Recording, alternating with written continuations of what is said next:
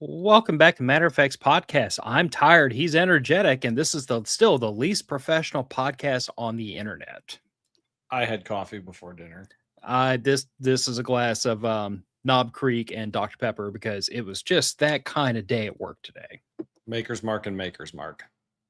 That'll work. That'll work. It will. It's delicious. All right. I see a Jeff Jag, a KD5 PCK, Proud Texan, and Raggle Fraggle in the chat. Glad y'all could join us tonight, guys. I have to be better about acknowledging the people that are in the chat. I'm not great at admin work, but I'm trying to be better about it. Nope. And I will try not to distract you from it today. I mean, there's whiskey in the cup, so it's easier than usual. It is. It's kind of like picking on a special needs kid at this point, trying to get me off track when I'm drinking. Because, I'm pretty much going to do that if you just leave me in my own devices, so I don't require much assistance. No, and it's always amusing either way. True. Anyway, if you'd like to promote bad decisions by becoming a patron, you should see that link in the show description. There's patrons in the chat, and they are partially responsible, maybe mostly responsible for the topic today, even though they didn't ask for it like last time. True. It is started because of the patron campout. Yes, although someone's going to point out that it was my idea, and I'll have to blame it on somebody else. Fair. Anyway, if you don't want to be a patron, you should still buy merch for the vibes from the Southern Gals. That link is also in the show description. And one of these days, actually, maybe while we're up in Kentucky, it'd be a good idea to sit around and talk about shirt ideas. Yes. While we're inebriated. Yes. Much arm twisting has to happen to get that to happen. I mean, there is a brand new to be released tomorrow cask strength bourbon that I'm going to go pick up. It's like 152. Oh. Yeah, they call it Hazard or Hazmat. It looks really good. They should call it rocket fuel at that rate. We'll see. We'll see if they have any left by the time I get there, and if they do, I will bring some to the camp out. Much appreciated. We'll give our honest, enthusiastic opinion of it. Mm-hmm. And last but not least, if you'd like to prevent war crimes with Disaster Coffee, code MOF at checkout, or you could not use the promo, pay full freight to support a small business, and I will probably harass you about not using the promo code. Unless you're using a subscription, in which case I will remind myself that that is not a thing. You cannot have discount plus discount because then you just wind up getting coffee at a loss, and businesses don't stay alive very long to do that. That's true. Yeah. Slight sidebar. We had a semi-emergency meeting of Disaster Coffee last weekend to talk about price increases and everything else, and just cleaning up some stuff in the store. I was a little bit concerned about the price of the bunker beans. So for anybody that's ordering that doesn't order those, that's like the bags of green coffee beans on my back shelf back there. And I was a little concerned about the price. My concern is always, are we pricing ourselves out of the market? But after a peruse through our competitors, I was like, oh hell, we're still undercutting everybody. I don't feel bad now. Good. But I mean, it's a fair worry. It is, especially when you're dealing with other buyers that can buy in larger volumes. Sometimes they can get better pricing that way. Yeah. It also kind of weighs on the scale, though, when you consider the fact that, me and James and Andrew, this is not just a business we're using to enrich ourselves. This is serving the community that we're a part of. So we're always very cognizant of, striking a balance between business must stay solvent and give the customers the best possible deal that we can. Yeah, value to the dollar while still making the business functional. Because in reality, you can't serve the community at all as a business without the profitability. Yeah, exactly. So, bills don't pay themselves. No, they sure as shit don't. Anyway, to topic. So we are going to have a discussion today about firearms, gear, and ammo, storage, and transportation. Yeah. Mostly for two reasons. First of all, the annual MOF summer camp is coming up very shortly. Mm-hmm. We don't talk about it super often. The patrons are very well aware of it, except possibly for the newest ones. But it's an annual camping trip. Everybody's encouraged to bring their families. Like this is the idea sprang out of how we all used to meet up at prepper camp. And after several years of that, we got to the point where we weren't even really attending classes that much. We were there mainly to hang out with everybody and see our friends. But because it was prepper camp, the families didn't really want to come live in a tent and, like bum around with us at camp all day long. So that's when my wife and I got this idea in our heads, and Andrew and I talked about it back in the day. And like the idea came out of, why don't we do the part of that we enjoy, the camping together, the seeing the sights together, the spending time together, but we do that someplace else where we don't have to have a schedule, we don't have to have classes, we don't have to make it all about preparedness. It can literally just be an extended family camping trip. And we can be more flexible with the location. Yes, we can be flexible with location. We usually try to put this like somewhere towards the middle of the country where everyone kind of has equal opportunity to make the trip. Like we always wind up getting hosed all the way down here, and I'm not going to. That's fair though. For the summer because it's godforsaken hot down here. Yeah, but it's just one of those things where like we can put it in a location where people can camp if they want to camp. They can do cabins if they want to do cabins. There's sites to see nearby. It's something for the whole family to encourage people to bring their spouses and their kids with them. And it's turned into this thing where literally like every summer we all know we're going to get together and go find some place to invade. Yep. And it does kind of end up as an invasion because last summer we bought out all but one of the cabins at the place we ended up. Yeah, I don't think our neighbors knew quite what to think of us. They were reasonably friendly. They were cool. I mean, their dogs were cute. I petted their dogs. I mean, I will pet all the dogs. You will pet all the dogs. I will pet all the dogs. You bring a dog around, I'm going to pet your dog. Let's see here. I'm looking through the chat. Stuart, I've given up on harassing you about not using the promo code. You're incorrigible. But I mean, I'm overwhelmed. I'm happy that you're a repeat customer. Though to be fair, I'm a repeat customer too. I mean, I get high on my own supply. It is the thing. Might as well. It's good coffee. KD5 PCK. I store my ammo in my gun, which is stored and transported on my belt. However, we're going to talk about what you do when you're carrying more gun and more ammo than you can fit on your belt. There is only so much ammo that will fit on my belt. Listen, if you can fit a friggin' 50 cal ammo can stuffed to the brim with bullets on your belt, you and I need to have a discussion. I need to see that. So when we went to the at the end of the shotgun class that I took with Trek and Andrew, they do the Rolling Thunder portion, which is for however long they feel like. Everyone's just shooting. Shoot until you're bored or empty. So I took and I put, what was it? I had 1, 2, 3. I had 6 shotgun cards, not including what was the 2 on the shotgun. And then I dumped 4 boxes in my dump pouch. That was fucking heavy. And I was wearing suspenders. It was rough. So wait, 5 boxes, 10 rounds a box? Yeah, I think so. No, they're 20 round boxes. So 100 rounds at what? Like in my dump pouch. At a half ounce each? No, they were number 7 3/4 ounce. It was a lot of weight. It was, buddy, you're not that big of a guy to have that much weight hanging off a belt either. I had suspenders on though. It was fine. Thank God. I know you don't have enough butt to hold that belt up.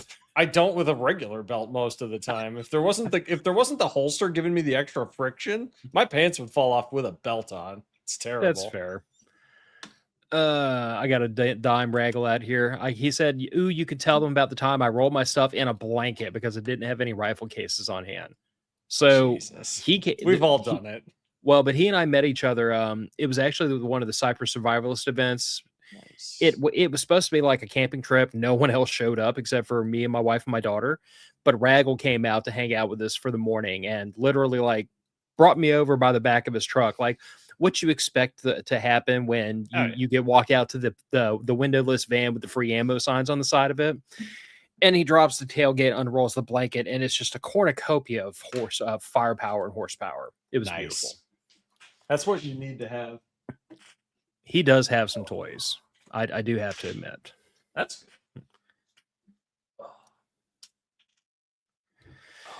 Anyway, so yeah, firearms, gear, and ammo, storage, and transportation. So let's start with storage. The goal of storage is, from my perspective, to prevent mildew, rust, and damage. And in my state, abiding by safe storage laws. Because if you Yeah. have it in a case and the case is not locked and your car gets broken into and the cased gun gets stolen, you get charged. See, okay, we have to have terms. I call storage like stationary storage. With the minute it goes in your vehicle, I call that transportation because it's moving places. Technically, it counts in your house too. If you just have it Yeah. stuck in a unlocked case in your house, you get popped even though your doors were locked.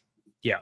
Okay, so prevent theft, even though Mhm. you and I know I don't include that in the criteria, because if I have an angle grinder, don't mind making some noise, I can get your safe open. It's not that hard. Exactly. Raggle, if the case was locked and they broke the case open, I believe you're in the clear.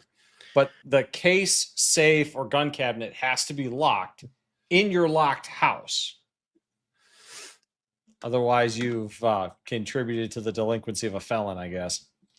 This is why you should never let morons write your state laws. But I digress. Yeah. So, okay, complying with idiotic laws. Mm-hmm.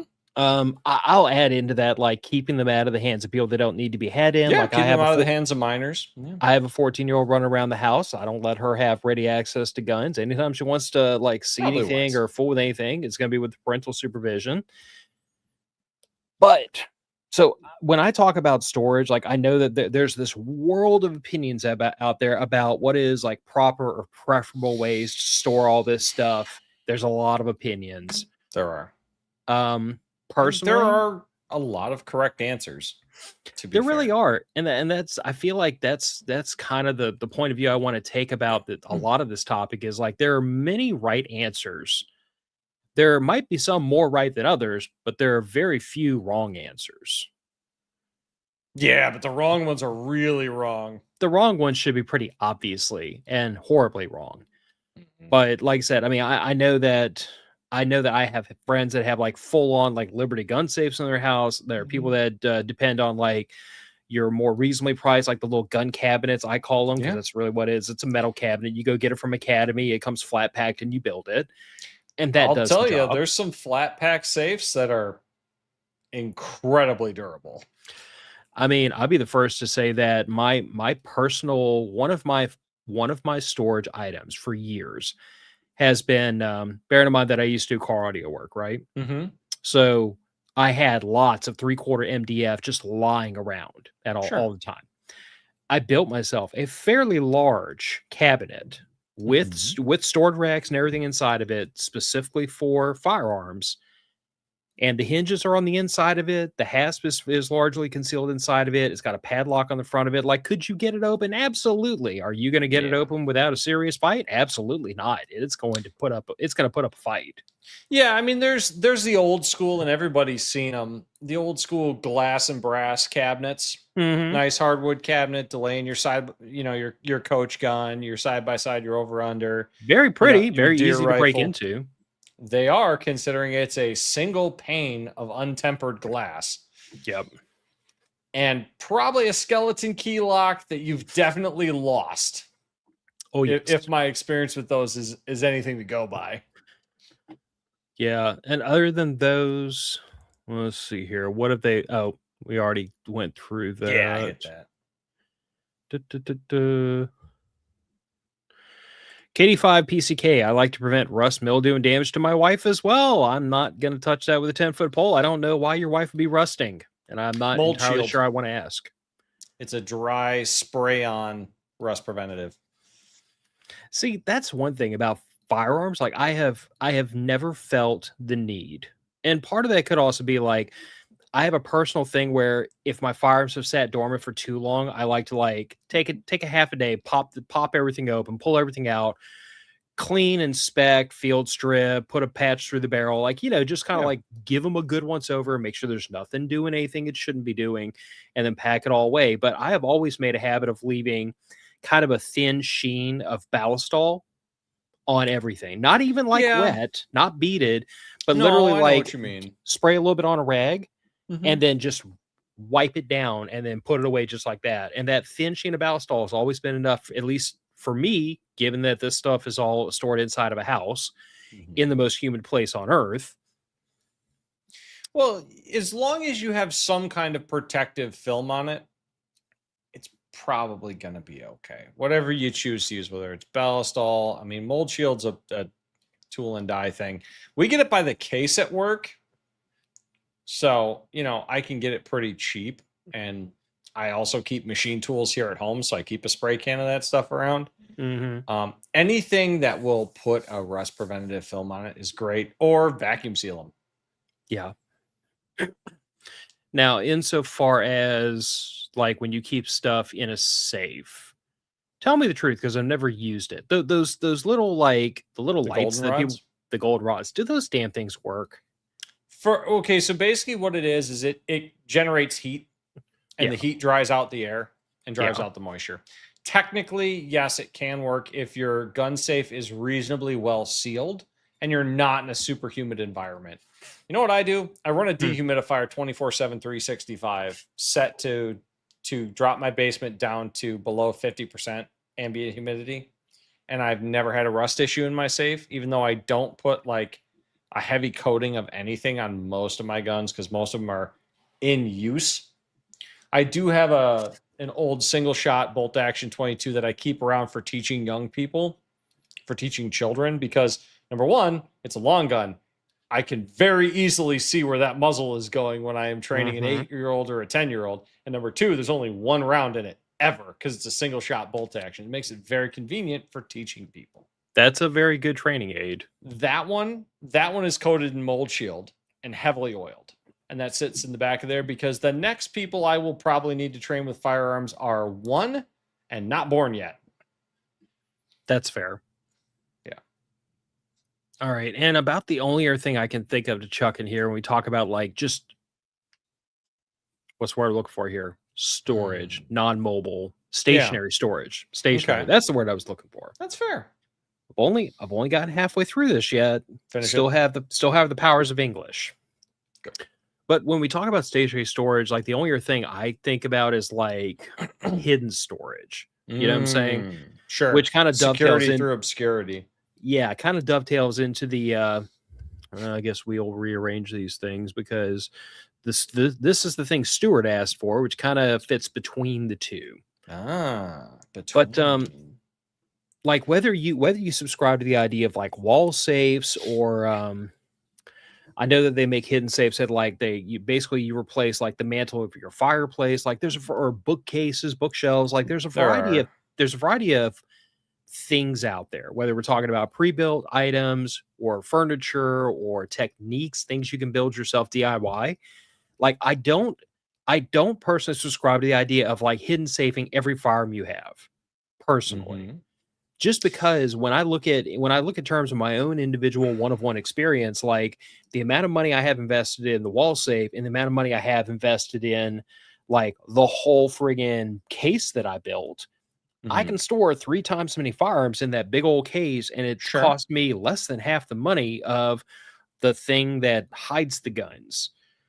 So I look at it as if I had to have this form factor to store every firearm I own, it would take many times more money to hide them with this versus that, or versus like the $99 special, cabinet from Academy. I will say one thing about those hidden gun storage things. They're never that hidden. They're never that hidden. My uncle, when I was growing up, he had one of the really early generation ones that was like a floating shelf, and you slid the magnet across the top to unlatch it, and it would fold down, and in there was a revolver. Guess what we found when we were 12? That revolver. Because I was like, that's a weird thing on the mantle. That's a weird thing on the shelf. It was the little white thing with the magnet in it that's supposed to just look like a decorative tchotchke. I was like, that's not something my uncle would keep in his house. Grabbed it, slid it across the shelf. I heard a click, moved it back, pulled the bottom of the shelf down, and there's a 357. Now, I grew up around some guns, not in my parents' house, but my grandparents' house, my uncle's houses, they had guns. So I didn't dick around with it. But 12-year-old me walking past the shelf went, oh, that's kind of weird. And just happen to 35-year-old find it. me, right. 35-year-old me, I have walked into a half a dozen homes, meeting new people and gone, there's a gun in that flag, there's a gun in that book. Or when I was touring homes with my wife, there's a gun above that ceiling tile. But now here's my question, and there is no wrong answer to this. Barring the experience you had as a probably hyper inquisitive 12-year-old. Oh yeah. Yeah, I was definitely not a normal 12-year-old. Possibly touched with a little bit of the tism. Just a skosh. Just a skosh.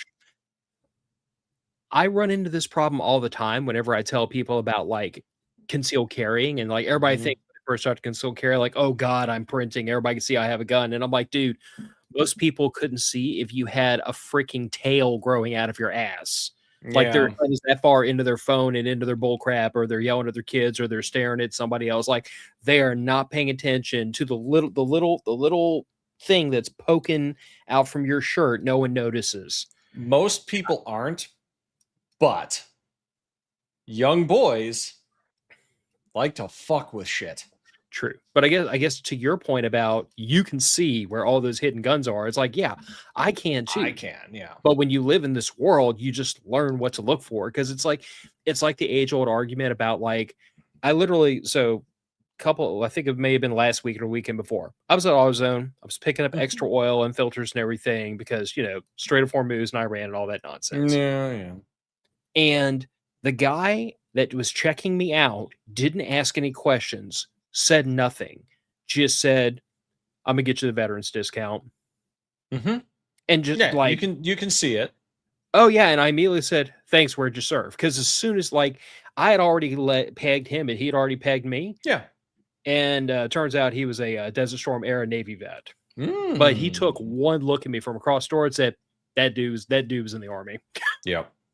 But it's just one of those things where like when you're in this world, when you're one of the quote unquote gun guys, you could see that. A lot of you can. And my concern is just that with those hidden and relatively unsecured storage medias, it only takes the unattended inquisitive child seconds to get into it. Now, at the time, my uncle's kids were my same age, and they knew what to and not to do. Jeff, they were not disguised as like a bust. They were disguised as like a bottle opener on this one in particular. Almost. I mean, but kind of like a bottle opener. But if you have like a 1 1/4 or 1.5 inch drill bit, you can disguise it as whatever you want. Oh yeah, you absolutely could. I mean, it's not that it wouldn't be that difficult to make a new magnet key or whatever it is, but it just, I don't know. Even as a child, those sorts of things stood out to me, and maybe that's because of how my brain's wired. But my worry about it is kids throw stuff. Yeah. Kids bump into stuff, kids pull on stuff. Those magnet locks are not that strong. I don't like unsecured, unattended guns around children. Totally understand. I also believe in that vein, though, of making sure that the children themselves are not unattended. Oh, I agree. You probably shouldn't have. I mean, like 12-year-olds unattended, probably fine. I mean, look, my kid's grown up around firearms. She's gotten the gun safety speech at least once a year since she was like 6. Yeah. And she knows where the firearms are in the house. She knows she's not permitted to have access to them without mom or dad around. Right. But to me, I mean, I totally understand and see your point, not arguing that. I do think that there is a balance point here. No, there is. Like supervise the children, and then the fact that they could theoretically get into the hidden safe is one thing. The other reason that I tend to like having at least one in the house is because that gives me an opportunity to put firearms where they are easier to get to quicker than having to root around in the safe for immediate home defense use. And that's one reason why I'm looking to put a single long gun storage cabinet in the master closet refresh that we're doing. I told you what you could do. Box spring. And then some Kevlar I mean, we talked about it. We had a whole plan. I can't imagine that your lovely lady is going to sign off on that idea, but it was a good idea. I mean, as long as it was budgetarily fitting into the build, it probably wouldn't matter, because as long as it looks good in the end, she's usually fine with whatever I have to do. It is not budgetarily. It's really not. I looked into how much those Kevlar panels are. They're not that inexpensive. Ooh, they're potently pricey. But wait. What if? Ooh, what would it take if you got like some chipped porcelain tiles? The weight would become an issue. Yeah, I'm thinking to myself, like porcelain versus steel, you're not really going to save much weight. Well, by the time you got enough of those porcelain tiles and a bonding agent and a frame to support it, yeah, you're looking at significantly heavier than like the Kevlar panels that you can just buy, because you can buy 4x8 sheets of Kevlar panels that'll stop rifle rounds. I just don't think I'm going to get my way in, build a pillbox in your bedroom. Probably not. No. It was a good idea. But I will get Stuart, my safe. we have told you in the past we're not pausing. That's why this is on the internet, and you can rewind it yourself later. Besides, all we did was talk about my failed plan to add bedroom furniture to Nick and Rachel's bedroom. That's being vetoed. Well, and now you have to rewind it to see what I'm talking about. Budgetarily vetoed, if nothing else. Yeah. But look, I get what you're saying, and yeah, my everyday carry pistol, if it's not on my hip, it is in my bedroom. And that's usually when I'm in the shower. Or, if my wife's also home or we're sleeping. Because most of the time I'm wearing pants. And if I'm wearing pants, I'm wearing a gun. So. Seems realistic. But leading into that next topic, this was Stuart's idea. He wanted us to work in Gray Man. But we can't talk about that just yet. Can't talk about it just yet. We talked about firearm storage. We haven't talked about ammunition storage, even though we've talked about it in the past, which means we'll probably accomplish it fairly quickly. What's your preference, first of all, for ammunition storage? There's two different ways I tend to store ammo. Okay. 30 or 50 cal ammo cans, or the MTG flip top boxes. I've got one of the MTG or MTM? MTM, sorry. Okay. MTM ammo boxes, the little flip tops for some of my reloads. And the only reason I'm currently storing those not in ammo cans is I ran out of ammo cans. That's impressive.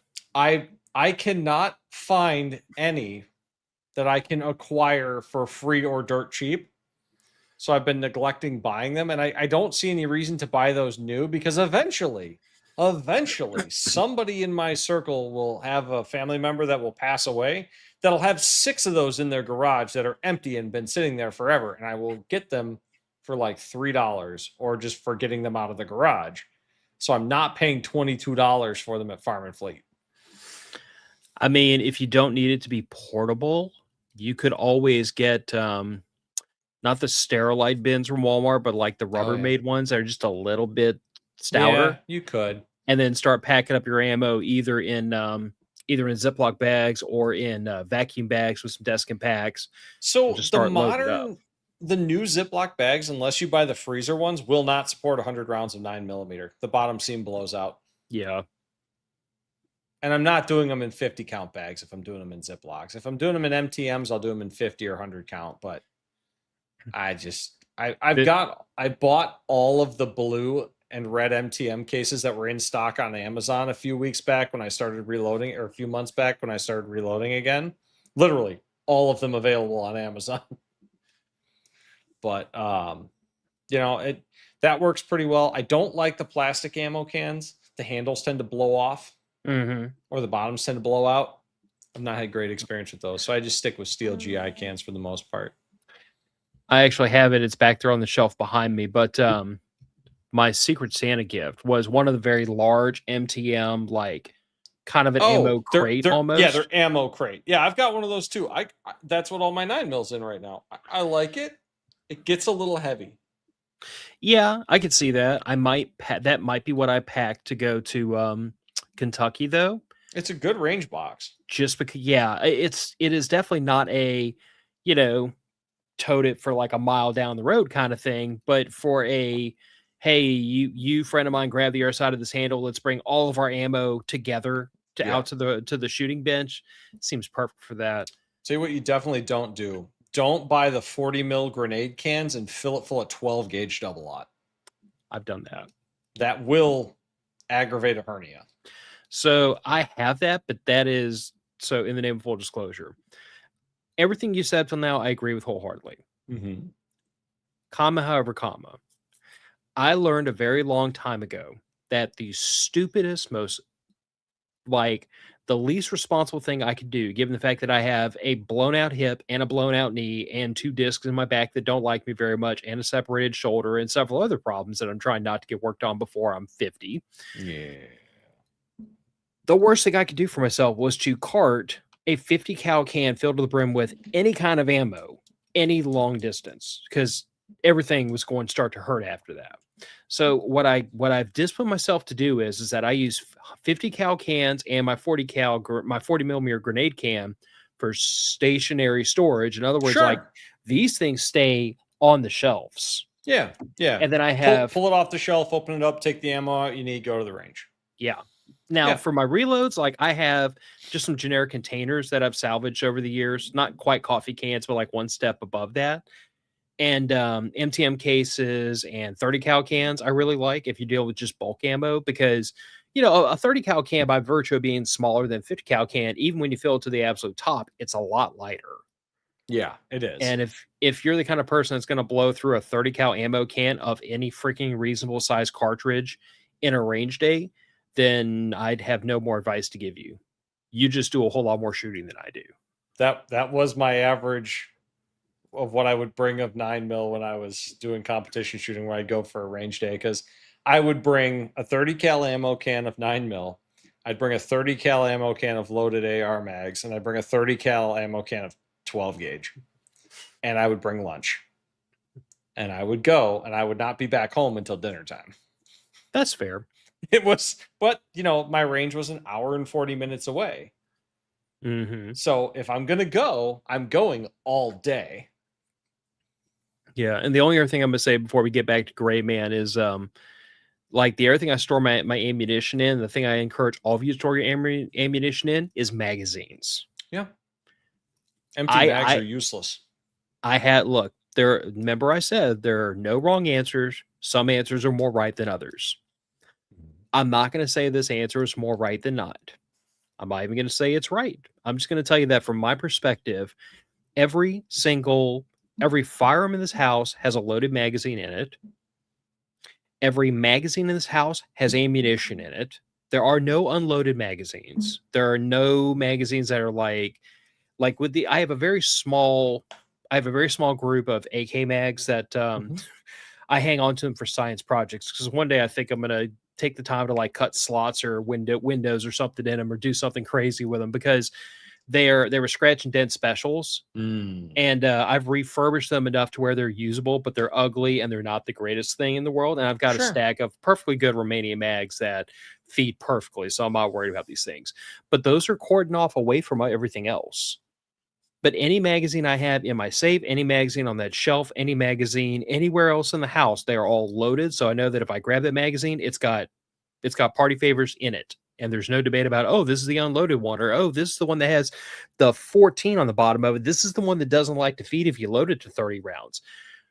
Every magazine is ready for war.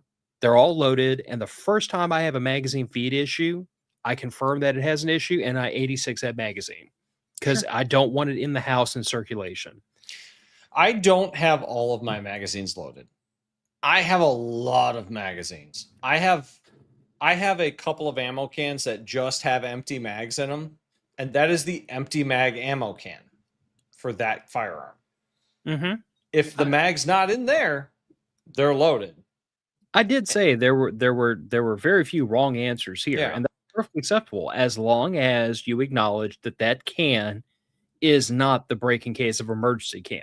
No, it's absolutely not. That can is largely populated with dry fire training magazines. Mm-hmm. The mags are taped a specific color.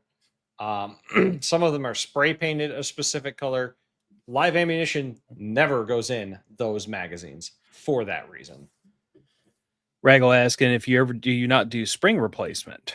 Sometimes yes, sometimes it's the feed lips, and some feed lips you cannot reform. He might be referring to my comment earlier about when a magazine gives me problems, I ditch it. Yeah, So probably I was. I will acknowledge that like if I can bring that magazine back to life very, very quickly with a fresh magazine spring, or if like when I said if I cannot remediate it, I mean I'm gonna try to change the magazine spring. I'm gonna take the magazine apart. I'm gonna check the follower. I'm gonna check for dirt. I'm gonna check for grit. I'm gonna check for some obvious reason why it's misbehaving. Mm-hmm. If I cannot find the problem and I cannot get this magazine to behave itself with a fresh magazine spring, it is useless to me. It is not worth having a science experiment masquerading as a defensive weapon. So that's why I'm saying, like, if I cannot bring it back to life, it's going away. By That's the way, reasonable. I'm the same way with firearms. If I have a firearm that is just like categorically misbehaving, I'm either going to fix it myself. I'm going to take it to somebody that knows more than I do and tell them, don't give a shit what it costs, fix it, make it right. Or I'm going to move it. I'm going to sell it off with the understanding that, hey, this thing, like James, every fourth round, it doesn't behave itself. Because I don't want a firearm in the house that I have to worry about. That's fair. I do have a couple of mags for my for one of my Springfield pistols that they have always intermittently caused failure to feeds. In my XDM, I believe it was. Those two magazines in particular cause failure to feeds. The reason why I keep them is for training. For training failures. And as long as you keep those things far, far away. Oh yeah. From no, anything you would it's ever like use the dummy defensively. mags. It's like my dry fire mags. They are explicitly set aside for a sole purpose, and that is training malfunctions. I'm sure it's probably a feed lip geometry issue. Could I correct it? Maybe. Is it a useful training aid to me, or was it a useful training aid to me when I was shooting a lot of IDPA? Yeah, it was, because I could train intermittent failures. And see, I go another way when I'm doing dry fire training, in that my magazines are the same magazines I use for defensive work. But what I do, and I've talked about this before on the show, like my thing is I get an empty coffee can, I download 100% of the ammunition out of all those magazines into a coffee can, and I leave that in my bedroom. Sure. I come here in my office where I do not have live ammunition in any of those magazines. There's some live ammo in the room, but like it's on a shelf in magazines that I'm not going to be like, hey, random magazine sticking in the gun I'm dry firing with. Like a little bit of common sense. As long as you have a system and you follow that system without exception, you're probably going to be fine. Yeah. So I don't have dedicated dry fire mags, but I have a dedicated, very explicit system of making sure that I don't wind up with surprises in the middle of my dry firing sessions. Yeah, surprise live fire in the middle of dry fire kind of kills the vibe. Yeah, I'd also have a very, very angry Sicilian lady on my hands, and she's a lot less cute when she's mad. I believe that. Okay, so Stuart wanted to talk about Gray Man, and since it perfectly dovetails between storage and transportation, we kind of already hinted at when we were talking about like plain sight ways to store a firearm. I'll be honest, and someone in the chat said earlier, like their preferred way of storing a firearm is on their hip. That is always the thing I go to whenever I talk about storing a firearm in your home where you want it to be secure and you don't want it to be obvious. Put it on your freaking hip, dress around it, always carry. Anybody that can wrestle a firearm away from you off of your hip deserves to have it, and you don't. Yep. You should practice weapon retention. Yeah. And it is always at hand if you need it. And back to the thing I said earlier, most people are so self-absorbed, their cell phones and their nonsense and social media and TikTok and shit. They're not going to notice if you have a bazooka under your shirt. Yeah, I wear a gun to work every single day, and I've had coworkers that have worked with me for the entire time I have worked at this job, over 15 years, and the only reason several of them have noticed is, number one jackass was throwing magnets at me, and one stuck. Whoops. that took some explaining. And number two, it's because they're also gun guys. The other ones that know are also gun guys, and most of them are carrying too. Stuart's saying he meant for transportation. I know we're getting Yeah, to it. We're getting to it. to it. We just got to cruise over storage real fast.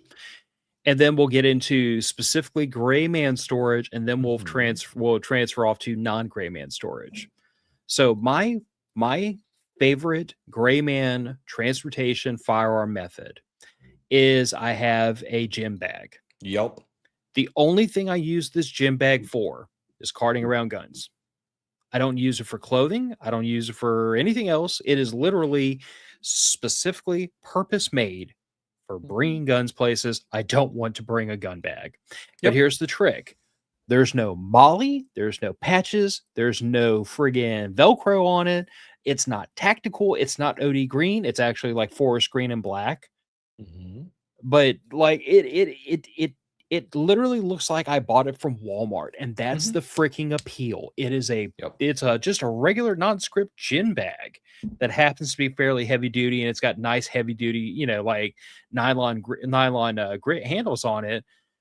But normally what I do is I will have typically my CZ Scorpion, my Merce. So with that, I've got spare magazines for my gun or for my carry gun, spare magazines for the Scorpion. I've got the blowout kit in it.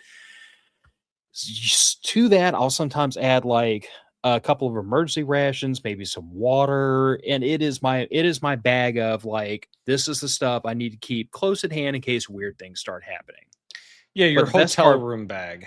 Exactly. And that's the thing. That's the biggest reason I got it years ago was because if it's sitting in the back of my wife's Jeep when we're on a trip and we have to open it up in public for any reason, it's not a friggin' like a rifle case or a rifle bag. It just blends in. It does. I have a hiking bag that is specifically purchased because it is long enough to put at the time I would travel with a broken down AR. I can't do that in this state anymore, so changes have to be made. Yeah. But a 50-liter hiking bag, when you're in a location, because most of the time when me and my wife travel, it's to places where we can go hiking, everybody is carrying a random colored hiking bag. Nobody notices, nobody cares. Yes, if somebody smash and grabs into your car, are they going to grab the hiking bag because hiking gear is expensive and you can flip it for sale pretty cheap? Yep. But they would have grabbed the gun case too in that case. Yeah. It's really meant to just not attract extra attention. Yeah. And since you were talking about how you used to carry a broken down AR, like when we went to Michigan this past year, that's what I had in mind. Because, I was going a little bit further, a little bit longer than usual. So in this one gym bag, I had my Scorpion and the Merce and an AR-15 broken in half, wrapped up. I just wrapped it up in a couple of towels so that it didn't beat itself to death. Yeah. And a chest rig and I think 3 or 4 extra magazines. That's fair. So I'm sitting here on like, a mag in the gun, 3 more on the chest rig, 3 or 4 extra mags, and that's all in 5.56. And that's on top of the fact that I have a whole Scorpion plus all that. And this all fit into one gym bag. One heavy gym bag, but one gym bag that I was able to take from the back of the Jeep, put it on the floor of the bedroom, and no one had any earthly idea until I brought you in there to show. Another great one for that's hockey gear bags. That would actually attract way more attention than you would imagine around here. Down where you are, sure. Where there are several hockey like leagues around me, there's 4 or 5 hockey leagues, and that's just the rec beer leagues. I see in the fall and winter when I'm going to the gas station, it is not uncommon to see 2 or 3 guys with hockey bags in the back of their truck just rolling around in the open bed of a pickup. See, that's the funny thing around here. A rifle bag in the back of somebody's car or SUV really wouldn't cock much eyebrows. Nope. But around here, the police may, depending on your county, ask a question. And around here, like, I don't have to worry about the police, obviously, but like my biggest worry is always that one random a-hole who does not respect your property. Yep. And just on the offhand chance they just smash a window looking for something to snatch, hopefully their eyeballs won't latch onto the nondescript gym bag that's sitting there. Yeah, that's true because, okay, best case, it has some high-end gym gear in it. Best case. For the most part for gym bags. You know, the other one I like is a halfway decent backpack. Yeah, get it, Look, dude. Get a JanSport. The next time you JanSport's buy, fine. I don't mean because they're anything Sea to great, but I Summit mean bags. because they're nondescript. You know, the interesting thing about that is I see more people today in my area wearing mollied out backpacks everywhere. Everywhere. Everybody at my local game store, if it's not a Hello Kitty or other like anime themed backpack, and even some of those have Molly on them now, it's a Molly covered 511 bag.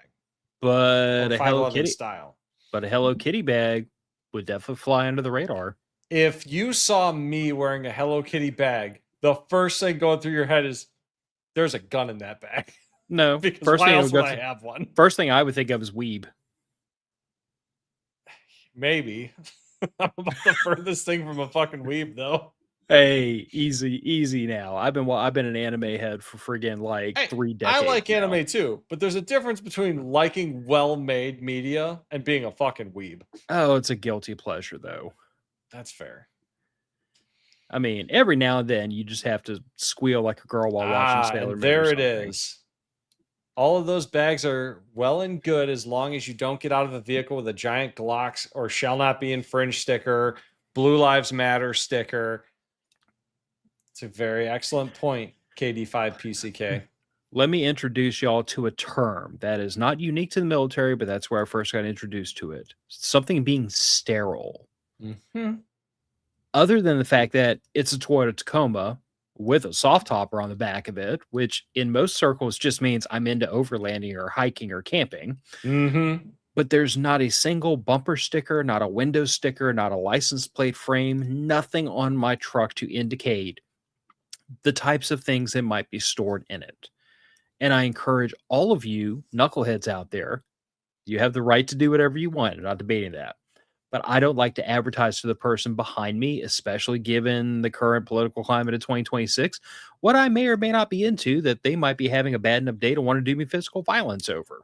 Look, the element of surprise when it comes to self-defense is probably your best tool. Yeah. And if I look, you guys have all seen the truck that we're talking about. It's got a rammer bar, probably on the front. It may have an upgraded heavy bumper on the rear. It's got Punisher skulls or old military unit insignias or what is that? Calvin pissing on the Glock logo or all that other stupid shit. Carried by 6 instead of judged by 12 or something like that. Yeah, any of those things. You know, no offense to those of you that like to fly your political flag, but if you've got RNC stickers on your car, if you've got DNC stickers on your car, if you've got the coexist, but it's made out of different gun logos. Mm-hmm. All right, look, if I'm looking for a free gun, and if I'm already planning on doing a felony, I might as well steal your gun to do it with. And let me just have one thing off the pass. There is somebody out there who's gonna puff their chest out and Billy Badass and be like, "Oh, I dare them." Well, guess what? Every now and then you park your car in a parking lot and leave it unattended, sometimes for hours at a time. Mm-hmm. I would rather not come back to my vehicle with multiple broken windows and everything taken out of it because I advertise that I have easily sold and pawned things in my vehicle while it's left unattended for hours on end. And that goes for tool logos, tradie logos, anything like that says I might have expensive shit. Those Salt Life stickers that everybody has in the back of their car. I know a fishing guide. The reason he doesn't put that shit on the back of his car anymore is because all of his expensive fishing gear got stolen out of his truck. Mm-hmm. They cut his soft topper open and took everything out. It do be like that sometimes. It do be. But that's another point too, is if you don't have that security through obscurity going for you, you can use things like blankets, jackets, cargo covers, soft toppers, hard toppers, tinted windows, so that the random passerby isn't looking in and going, oh, there's a gun case. Locks keep honest people honest. They do. And if it doesn't look like there's anything in your vehicle, they're less likely to try and get in to see if there's anything in there.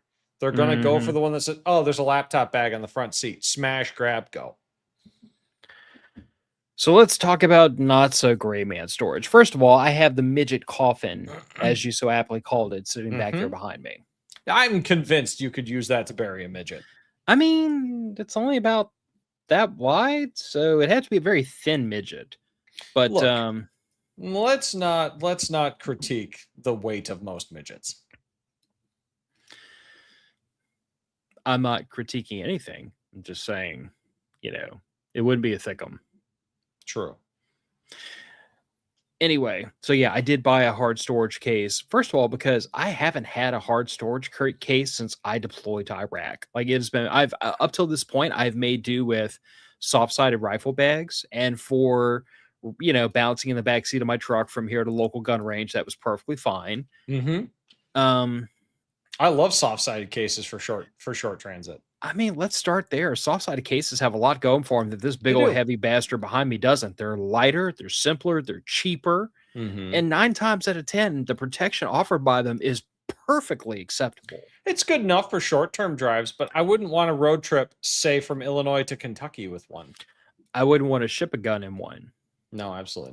Or put one in the cargo hold of an aircraft. Oh, God, no. I've seen how those cargo handlers handle expensive items.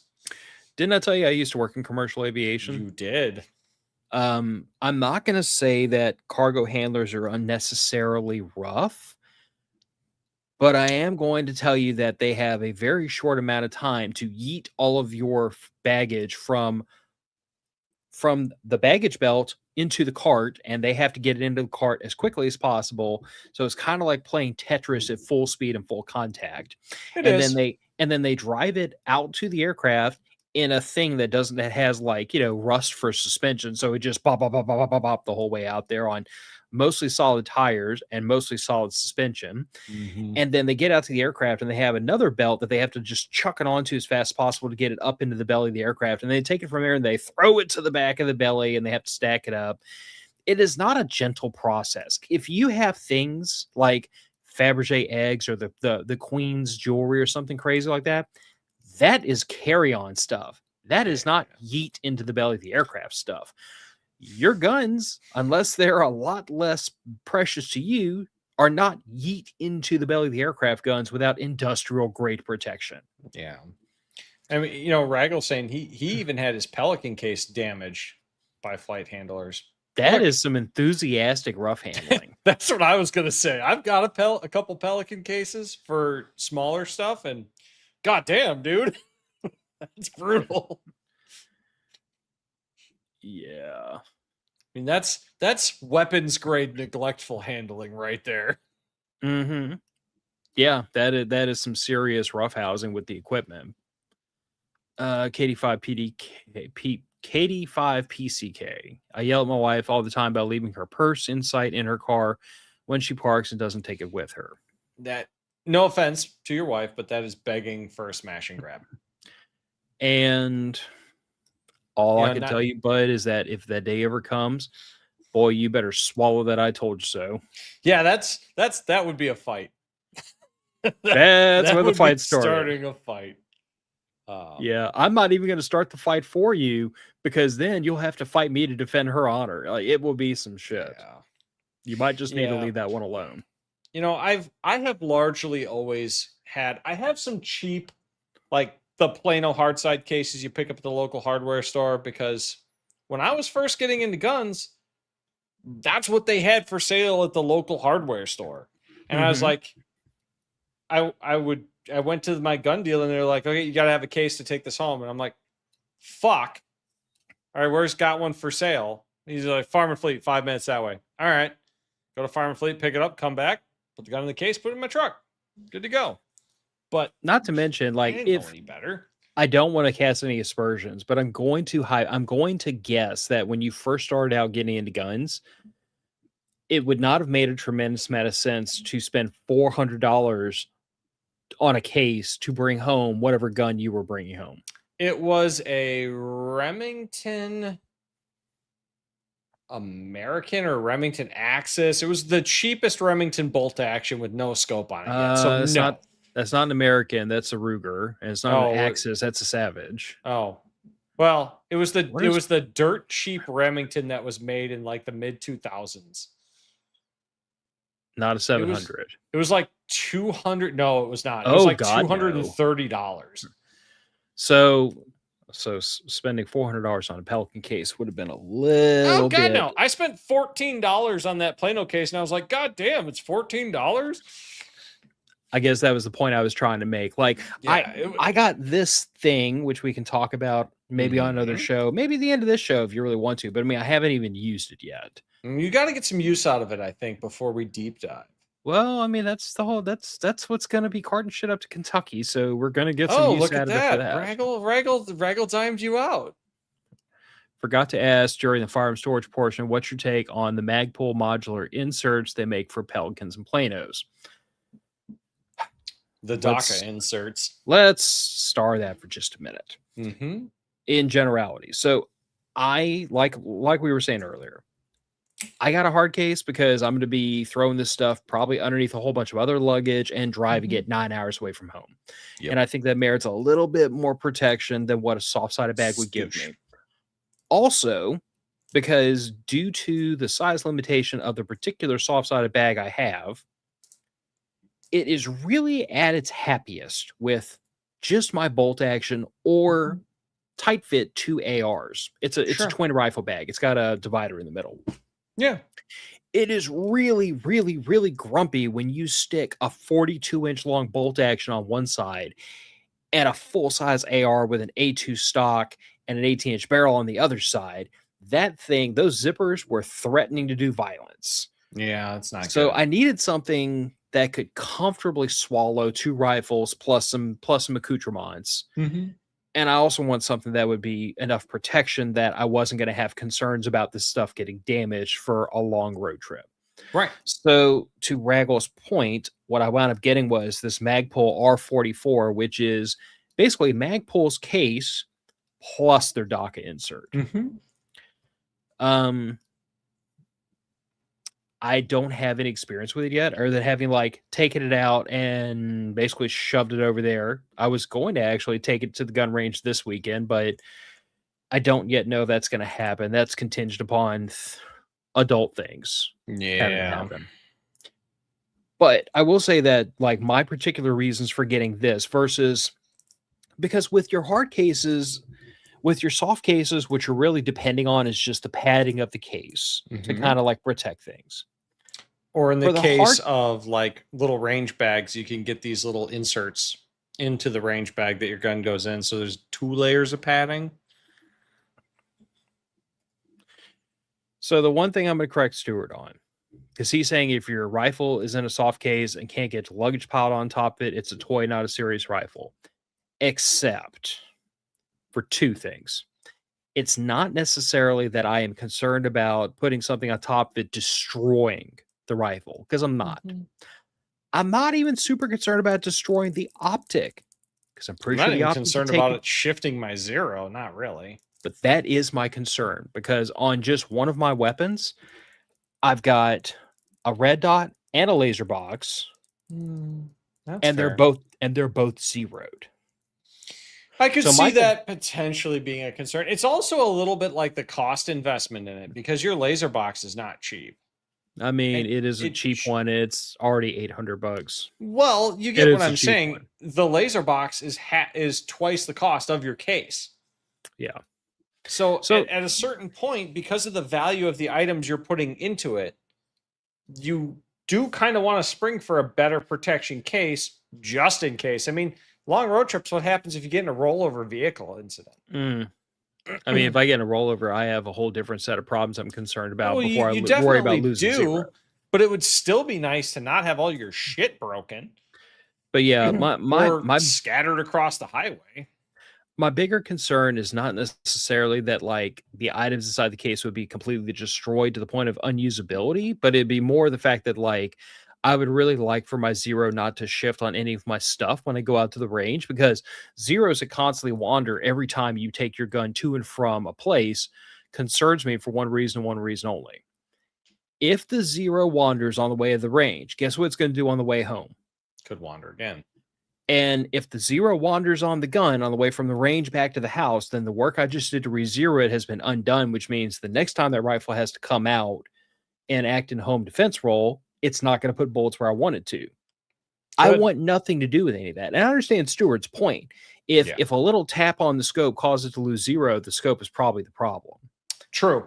But I am not willing to play with. I'm not willing to play with the potential for something to shift or move in storage and squash a gun and cause a scope to move, or cause a scope to like twist slightly in its mount. Mm-hmm. It's just not worth it. You grumpy old fart. If it shifts like that, the optic is the problem. I hear what you're saying, but I also believe in weird things happening, and I'd rather just not tempt fate. Look, it is insignificant insurance is really what it is. It's just added protection. Perfect analogy. You and I have had this conversation about how I used to race cars years ago, right? Mm-hmm. Okay. My particular brand of automotive masochism and excitement was autocrossing and road racing. So I never did drag racing in a straight line. I did things where you had to drive around corners. And rally racing sort of thing.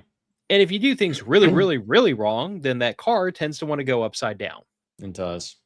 I was racing a Mazda Miata that has no roof. So I had a roll bar in the car for obvious reasons. But Miatas are not well known for taking rollovers well anyway. But if I was a good enough driver that I don't need the roll bar, I still felt better having it. Yeah, it's just one of those things. Cheap insurance. The top of my pretty little melon is not going to stand up to pavement near as well as that roll bar will. Mm-hmm. Plus, the soft cases, while convenient, if you happen to be passing through a state that requires locks on your cases, some soft-sided cases are disqualified immediately. Yep. Because you can grab that case and pop the zipper open without ever modifying the lock. I was going to say, the other thing problem you're going to run to is if you try to fly with them, I guarantee you none of those zipper cases are TSA compliant. No, they're not. And while I do think that the TSA compliant shit is shit. Oh, definitely. The rules we have to live with sometimes. I have to live with the safe storage clauses for my state. And I will be, in of our 7.5 hour drive to Kentucky, 6.5 hours of my drive will be in Illinois. I mean, I think income tax is ridiculous, but I'm not willing to have the government kick my door in to prove, to pick a fight with them about it. Yeah. And if you don't think the state would kick your front door in over income taxes, stop paying it for a while and tell me how it works. They do. Yeah. Regularly. Anyway, so that's kind of my spiel. The thing I like about the DACA grids and the Magpul cases that have the DACA system in it is the fact that, like, I've already been through this once with one of those hidden safes we were talking about, where I decided to reconfigure some things because I had a primary home defense weapon that came out, got reconfigured, and then something else went in its place, and all of a sudden the foam that I had cut no longer fit. Yep. So I bought a brand new piece of foam, glued it back into that case, recut the whole thing, and guess what happened about 4 months later? Changed it again. I haven't changed it yet. I actually kind of want to put a riser on that red dot on that primary home defense weapon, and I am refusing to, because to do it, I'm going to have to freaking refoam the case again, and I refuse to. I will not do it. I was looking. I might buy a smaller piece of foam and like just cut out the section where that one gun is and glue it in, because I just don't care if it looks pretty or not. But that experience of having to refoam cases multiple times, and any of you who've had a hard-sided case long enough that have like the pick and pull, the pluckable foam, or the foam that you have to like, you've done it.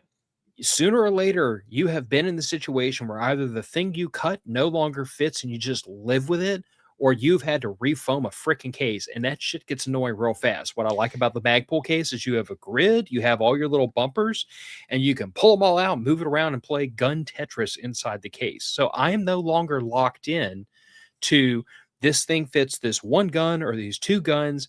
I can play with it to my heart's content, and based on what I want to bring to the range, I just lay it all out in there and make it fit, and then latch it up and go.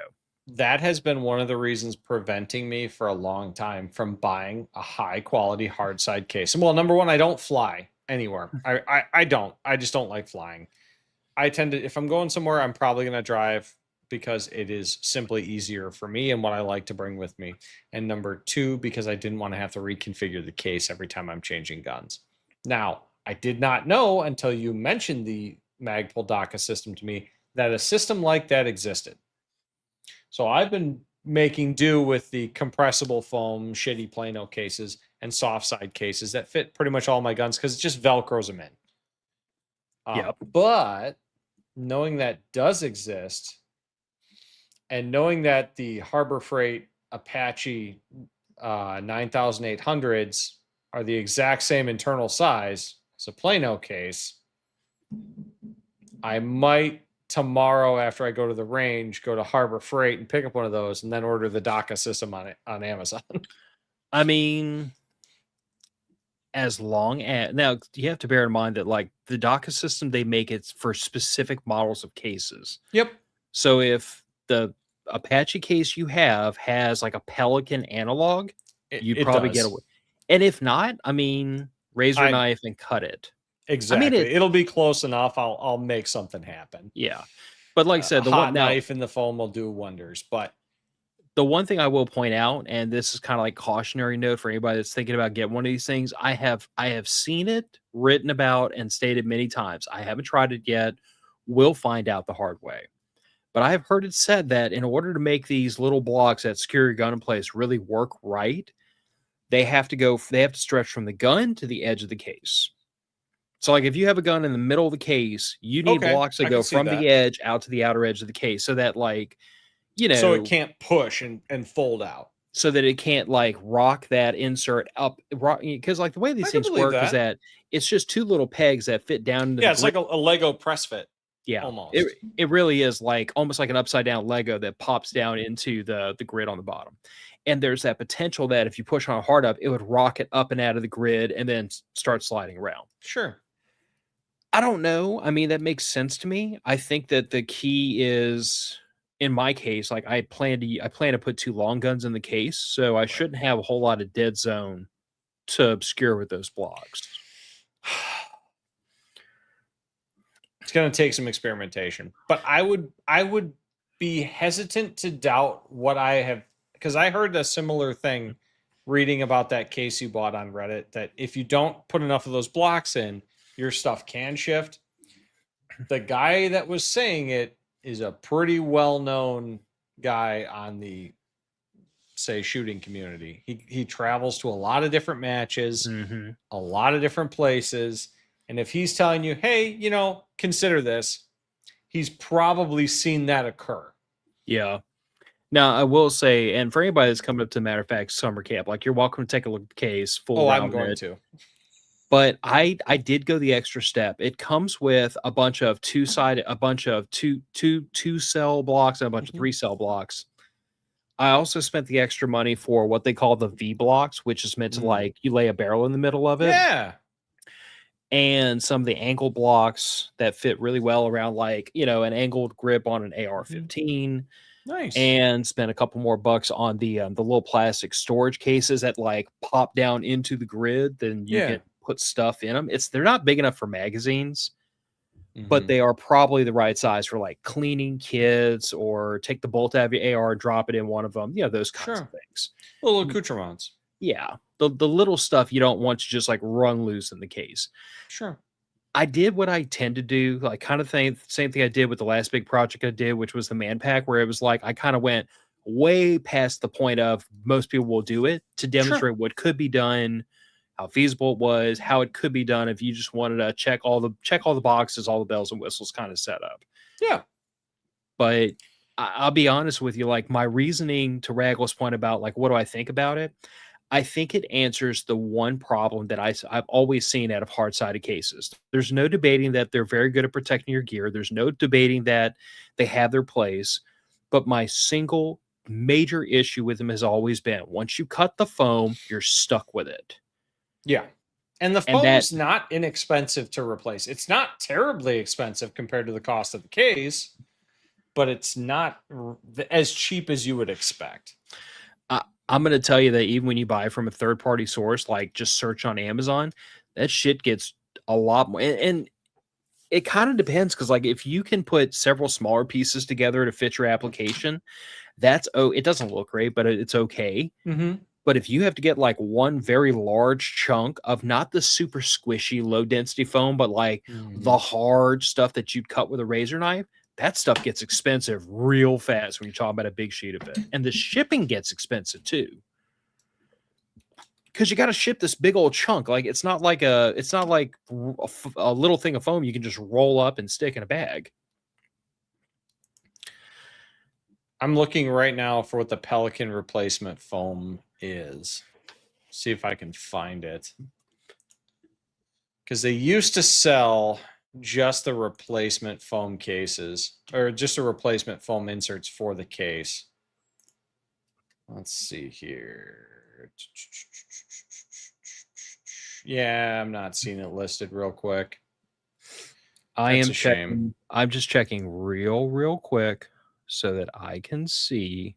I mean, Uline has the replacement foam for the 1750 case at $131 for the foam set.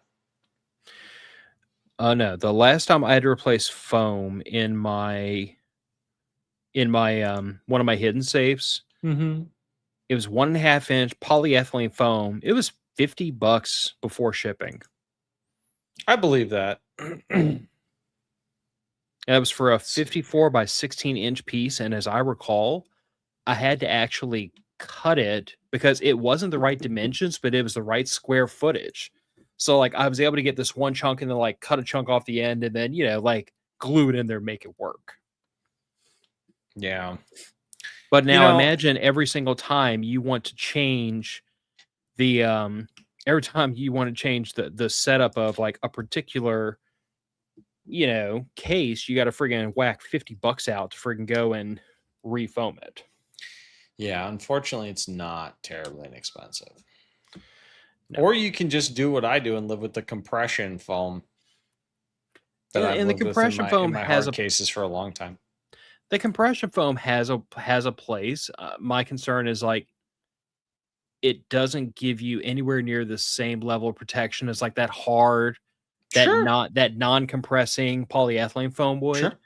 Or in this case, you've got the grid, which is there to like stabilize the firearm, and then you have compressible foam on the top that is largely uncompressed. Yeah. So it's there to provide some shock value or some shock resistance to the firearm.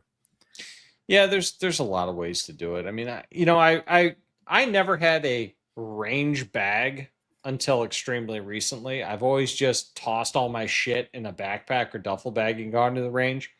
But I recently bought, I don't remember exactly what model it is, but Savior makes it. Comes with 3 of these like little pistol bags. It's got all the different pockets for your range kit. It's really nice for a pistol range bag, but it really only works well for, I'm going to say, 2 pistols plus ammo plus cleaning kit plus hearing protection for 2 people. I will agree with that, and that's why like over the years I've gone through this iteration of like soft-sided range bag, and then I got literally like what I ended up calling my go-to range bag, but it's only really big enough for like some ammo and a pistol and some ear pro. And then I got a larger hard-sided case, which is compressible foam, but it's got multiple trays in it, so that you can fit like 3, 4 handguns in it. And that's what I'd take if I was bringing a bunch of handguns. And then if I was bringing like a couple of rifles, I had my big twin rifle case.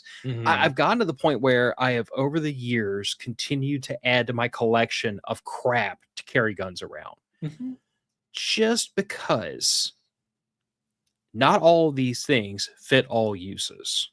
True. But they all fit a use. So, Agreed. okay. Was there anything else to toss in here? Transporting firearms. We didn't really talk about transporting ammo, but we kind of did earlier when we talked about like have reasonably sized ammo cans. Please, for the love of Christ, don't bring a 40 millimeter grenade can full of ammo to the range. Your friends will hate you. You know what's a thing that I've started to see on people's gun cases now that I really like? All right, for one, on these pistol cases, they've got these little right-on Velcro things that you can rip off for your different guns. Mm-hmm. I've noticed a lot of people either putting a sticker on one end of their hard cases or an arrow on one end of their hard cases, muzzle direction. Fucking love that. Because then when you go up to the line, like, oh, arrow's that way. Flip it around. Open up your case. Firearm's always pointed in a safe direction. Yeah, I screw that all up because because in order to make two rifles fit in my rifle case, they have to be crisscrossed. I get it. It's a limitation of the storage media, but if you have the option like these little removable inserts, a single rifle case, put some sort of designator on that to you says muzzle is pointed that way. Oh, two other things we can insert here in transportation. Go for it. I wouldn't say so much of a if you're like flying with your gun or if you're keeping it in your vehicle, but specific to if you're going to the range. First of all, anytime you are transporting a firearm and it is not literally on your hip or in your hands ready for use, it should be unloaded. Yes. Can I get a hallelujah amen? Yeah. Range officers get really pissy when you show up to their place of business with a loaded firearm. I cannot tell you. So I worked a couple of years at my range. We did a deer rifle sight-in day. We had a barrel that was the clearing barrel. It was buried in the side of the hill, and before they could they had to uncase their firearm, put the barrel in there, clear the gun, and then pull the trigger to ensure that the rifle was clear before they went walking up to the line with that rifle. How many bangs every day? We did it 2 weekends, 2 Saturdays, and I worked that twice. No less than 3 people had a round clack off after they cleared the gun. So in other words, they had some in the magazine, and when they ran the handle backwards and forwards, they loaded one. Yup. Dumbasses. They ran the bolt and ran the bolt and ran the bolt. Well, it was a 3-round magazine. And they would show up with these high-powered rifles loaded. They'd been driving around with them. Now, is the gun going to go off on its own? No. These were people that claimed to be experienced hunters, claimed to be experienced firearms owners, claimed that their gun was cleared. If it's a Remington 700, maybe? Look, yes. Can a gun malfunction? Can it go off on its own? Yeah, potentially. Potentially. If it's a SIG, if it's a shitty made Remington 700, if Bobo went in there with some files and didn't know what he was doing, could. Far too many times did we get a bang when we should have got a click. Mm-hmm. I mean, I'd argue with any of that. There's a reason why we had the clearing barrel. The other thing I'm going to offer, and I'm going to say this kind of tongue in cheek, because my gun range recently mandated this, and I thought it was the most, like, it personally offends me because it just annoys me. But given some of the horrendous gun handling I've seen at this range, I'm not fighting them about it too much. Chamber flags. Not a bad idea. I'm going to tell you that for a public range, chamber flags are not a bad idea. Or when you're teaching a brand new shooter, the Also level of like peace you can feel when you open that gun up and you put that chamber flag in there, so that you know at a glance that gun is definitely 100% not loaded before you go to the other side of a firing line and leave the newbie back there with the freaking gun, so that you know 200% it was definitely not loaded. There was definitely not a round in the magazine. There definitely cannot be a round in the chamber because it's got to go through the chamber flag to get into the chamber. Just consider it. Yeah, I've always made the rule of newbie comes with. Until you prove to me that you can be safe at the range, you come with me down range. I would enforce that except when it was like my 8-year-old daughter. That's fair. Although, frankly, my 8-year-old daughter has had better gun handling sense than like I most mean, adults I've run across. most of the newbies I'm teaching were people that were my age, a little bit younger, a little bit older, within a couple of years of me. There were some stupid things that I saw, but I always made sure, newbie, you're going to be downrange too, because I don't trust you to not fuck around with stuff until I've shot with you a few times.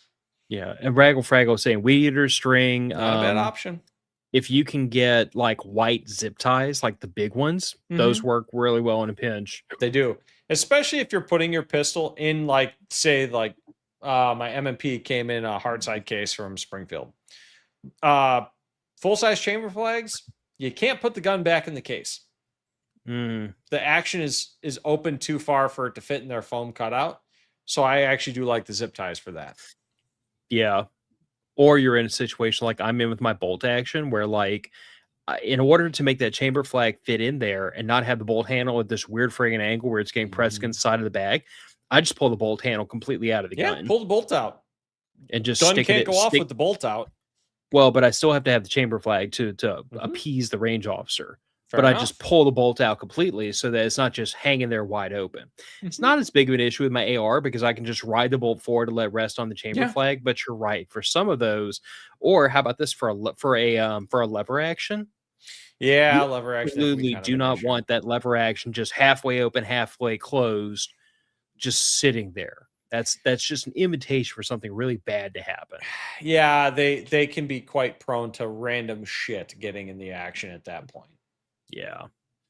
So I mean, as much as I totally believe that like this fetishistic nonsense about must have chamber flags is a little bit stupid when what we really should be doing is demanding smarter shooters.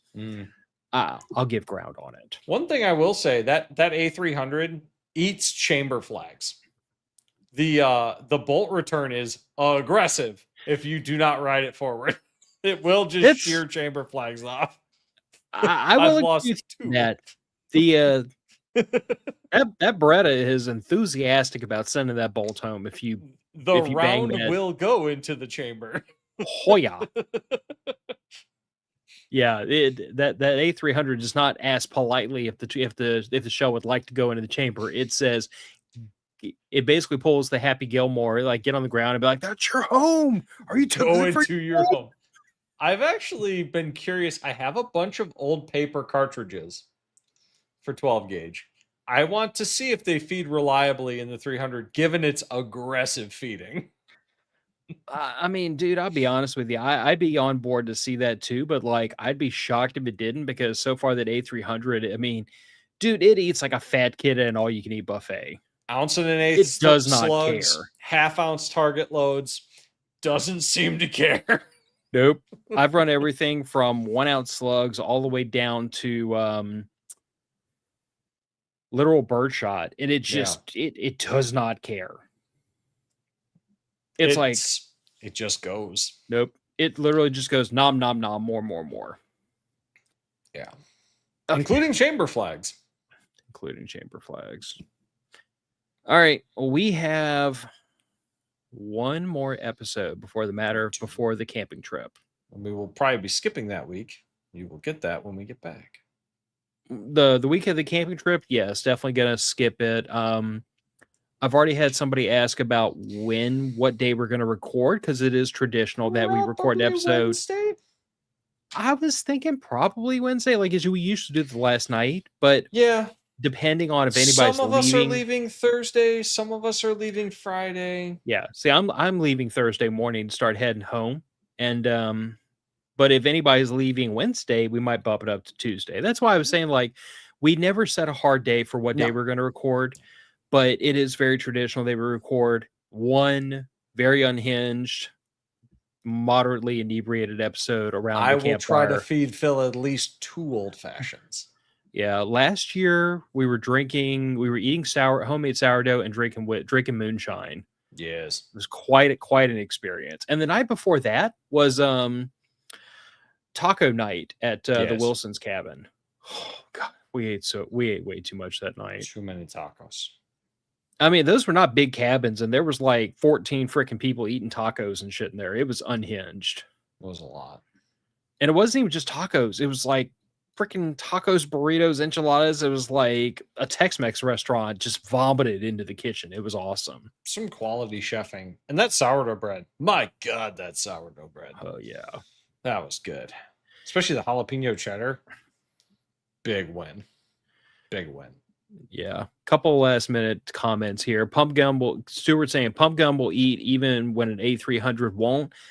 I haven't seen anything that A300 won't eat though, and that's the thing. That's why I'm wondering about the paper shells, the old wax paper shells. I think I'm going to try it next time. Maybe not tomorrow when I get out to the range, but maybe the time after that, I'll try and throw 100 rounds of paper shells through my A300. I mean, the thing of it is that it's kind of like fighting an old man at that point. Like if it doesn't run, it's like, okay, it was old wax cover paper shells. Who cares? But if it does run, then it's like the A300 will literally digest anything. Let's try 50 cal next. Yeah. I mean, flare shells, that's a good point. I don't have any flare shells. I have some rubber ball rounds, but I really don't want to shoot them. Those are pricey. They were not cheap. You know, they were not cheap. I would have to question how much I didn't want to shoot somebody with live ammo before I pop one of those. My problem, and I think you and I have discussed this before. We have.